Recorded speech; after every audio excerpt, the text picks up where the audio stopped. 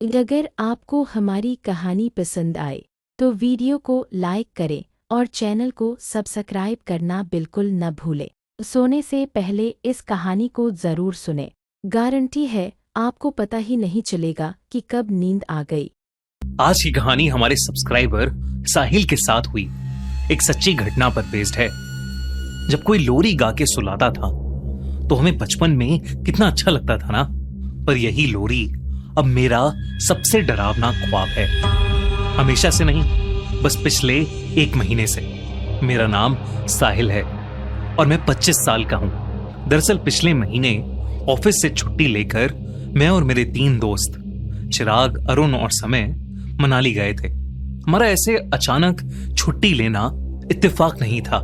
अभी कुछ 3-4 महीने पहले समय के छोटे भाई की मौत उसके स्कूल की ट्रिप पे किसी गाड़ी से टकराने की वजह से हो गई थी और तब से हर पार्टी की जान होने वाला, सबको हंसाने वाला समय सहम गया था। तो उसको और हमें पुराने समय की याद दिलाने की कोशिश में हम निकल पड़े मनाली की ओर। सब कुछ अच्छा जा रहा था। हम मनाली पहुंचकर बहुत सी जगहें घूमे और फिर तीसरे दिन हम अपनी गाड़ी लेकर खूबसूरत रोहतांग पास जाने के लिए होटल से निकल रहे थे, जब हमारे होटल के रिसेप्शनिस्ट ने हमसे कहा कि सर, आप कोशिश करना कि रोहतांग से 6 बजे से पहले वापस आ जाओ। जब हमने उससे इसका कारण पूछा तो उसने कहा कि रोहतांग का मतलब होता है वैली ऑफ डेथ, यानी लाशों का ढेर। उसने कहा कि यहाँ के लोकल लोग भी 6 बजे अपने घर के दरवाजे बंद करके अंदर चले जाते हैं, क्योंकि ऐसा कहा जाता है कि यहाँ कई 100 साल पहले जो भी रात में रोहतांग पास पर आता था वो अगले दिन कहीं वादी में मरा हुआ पाया जाता था। यहाँ के अथॉरिटीज उसको ठंड या एक्सीडेंट के कारण मौत बता देते थे, लेकिन लोकल्स का मानना था कि रोहतांग में एक मायावी साया घूमता है और ये उसी का काम था। हमारी उस होटल रिसेप्शनिस्ट की बात पर हंसी निकल गई। हम सब सोच रहे थे कि कितने ज्यादा टूरिस्ट यहाँ आते हैं और ये एकदम बेकार की फालतू कहानी है। इसलिए हम बेपरवाह होकर मनाली से रोहतांग पास के लिए निकल गए। हंसते गाते हम अपनी मंजिल पर पहुंच ही गए, रोहतांग पास। कुछ 4-5 घंटों के ट्रैक के बाद हम चारों ने लौटने का फैसला किया, क्योंकि अंधेरा भी बहुत हो गया था और धीरे धीरे धुंध भी बढ़ती जा रही थी। रात के करीब 9-9:15 बज रहे थे। रोहतांग में टूरिस्ट तो छोड़ो, अब कोई भी नहीं दिख रहा था। हम काली अंधेरी रात में लगभग 30 किलोमीटर पर आवर की स्पीड पर धीरे धीरे गाड़ी चला रहे थे, लेकिन धुंध बढ़ती ही जा रही थी, इतनी गहरी कि कुछ देर बाद ना आगे की सड़क दिख रही थी ना मोड़। एक गलती और हम खाई में गिर सकते थे।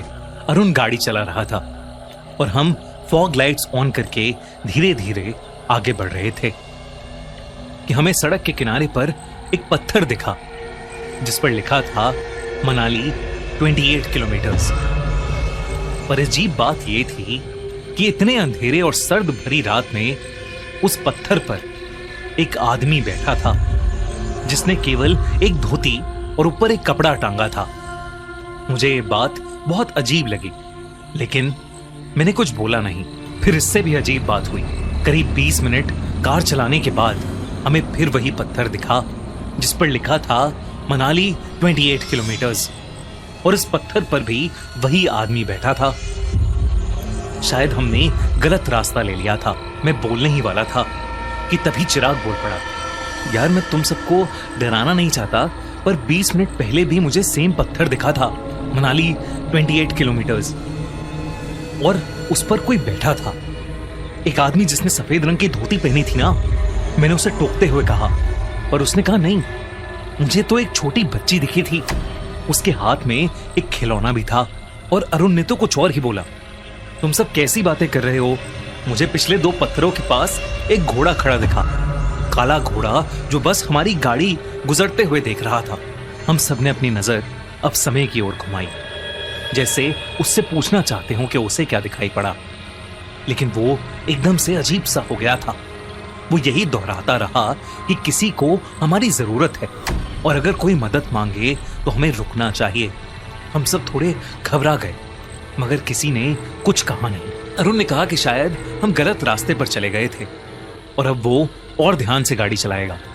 लेकिन कुछ देर बाद फिर से वो पत्थर आया।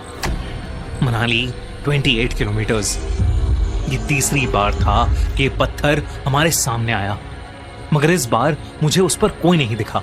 इनफैक्ट किसी को भी इस बार उस पत्थर के आसपास कोई नहीं दिखा। रात के 11 बजने को आए थे। हम एक ऐसी माया में फंस गए थे जिससे हम बाहर नहीं निकल पा रहे थे। और अब हमें उस होटल के रिसेप्शनिस्ट की बात याद आ रही थी। तभी अरुण ने गाड़ी चलाते चलाते बोला, सुनो दोस्तों, बाहर मत देखना, पर कोई हमारे साथ साथ चल रहा है, बस सामने देखते रहो। अरुण की इस बात को सुनकर हम सबके रोंगटे खड़े हो गए थे, क्योंकि हमारे आसपास कोई गाड़ी नहीं थी, लेकिन एक साया था। एक 15 साल का लड़का हमारी गाड़ी जो अब 40 किलोमीटर पर आवर की स्पीड पर चल रही थी, उसके साथ साथ बड़े आराम से चल रहा था। वो भाग नहीं रहा था, बस चल रहा था। उसके कपड़े मिट्टी से सने थे और उसके चेहरे पर कई सारी चोटें लगी हुई थीं। हम सब उसे देखकर बहुत डर गए थे। तभी समय ने कहा कि शायद इसे हमारी मदद चाहिए, और उसने अपनी खिड़की खोल ली और उस बच्चे की ओर बस एक तक देखता रहा। अरुण ने बहुत कोशिश की कि सेंट्रल कंट्रोल से उसकी खिड़की बंद कर दे, लेकिन वो कर ही नहीं पा रहा था। हम सबने समय का नाम चिल्लाया और समय को होश में लाने की कोशिश की, और इतने में वो बच्चा पीछे रुक गया। और जब मैंने गाड़ी के रियर व्यू मिरर में देखा तो वो लड़का वहां खड़ा था और वेव कर रहा था, और उसे पीछे के शीशे में देख समय भी मुस्कुराकर हाथ हिला रहा था। इस हादसे के बाद हमने गाड़ी की स्पीड और तेज कर ली, और फाइनली हमें एक पत्थर दिखा जिस पर लिखा था मनाली 16 किलोमीटर्स।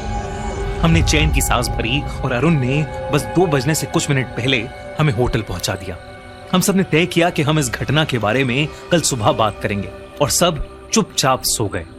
और रात को 3:30 बजे मेरी किसी गाने की आवाज से आंख खुल गई, और मैंने जो देखा उसे देखकर मेरी रूह कांप गई। समय उठा हुआ था और एक छोटे बच्चे की तरह खुद को शीशे में देखकर लोरी गा रहा था। चंदा है तू मेरा सूरज है, तू मेरी आँखों का तारा है, तू चंदा है तू। मैंने अरुण और चिराग को उठाया। हम सब ने समय को पुकारा, लेकिन वो हमें अनसुना सा कर रहा था। ये नजारा हम सब के लिए बहुत खौफनाक था। शीशे में समय का चेहरा बेहद डरावना लग रहा था। लाल आंखें, गले पर कुछ निशान। ऐसा लग रहा था जैसे उसका गला कोई दोनों तरफ से दबा रहा हो, और उसके चेहरे पर एक छोटी सी अजीब सी मुस्कुराहट थी, और वही लोरी। किसी के अंदर समय के पास जाकर उसे छूने की हिम्मत नहीं हो रही थी। हम सब घबराते हुए धीरे धीरे कमरे से बाहर जाने लगे। हम जैसे ही निकलने लगे, उसने एक बच्चे की तरह मासूम हंसी हंसते हुए कहा, अगर मैं रात को तुम्हारी खिड़की पर दस्तक दूं तो तुम खिड़की खोल के मेरी मदद करोगे ना? और ये कहते ही वो एकदम से बेहोश हो गया। हम तीनों को यह यकीन सा हो गया था कि शायद समय पर कोई बुरा साया आ गया है। सुबह होते ही हम उसे होटल वाले की बात मानकर वहीं के एक पंडित के पास लेकर गए। उस पंडित ने उसे देखते ही बता दिया कि समय के किसी अपने की हाल ही में मौत हुई है, और उसकी आत्मा का ढोंग करके किसी बुरे साए ने समय को अपने वश में कर लिया है। पहले उस पंडित ने उसकी नजर उतारी, और फिर झाड़ फूंक की, और फिर एक पूजा की, जिसके बाद समय को बहुत सारी उल्टियां हुई, और उस उल्टी में समय के अंदर से कुछ अजीब सा काला गाढ़ा लिक्विड निकला। आज समय पूरी तरह से नॉर्मल है, लेकिन मुझे हर रात उसकी लोरी के सपने आते हैं। दोस्तों, कैसी लगी आपको ये कहानी? आप भी हमें अपनी स्टोरीज भेज सकते हैं हमारे इंस्टाग्राम पेज पर हमें मैसेज करके। इंस्टाग्राम पेज की लिंक डिस्क्रिप्शन में। आज साइट पर मेरा आखिरी दिन था। मेरा काम सिर्फ उन अजीब शब्दों की तस्वीरें लेना। मैं प्राचीन पाली पैशाची की कई किताबें लेकर उस गुंबद के पास आ गया था। मैंने कुछ के अंदर एलोरा जितना ही भव्य कोई प्राचीन मंदिर वाकई दबा हुआ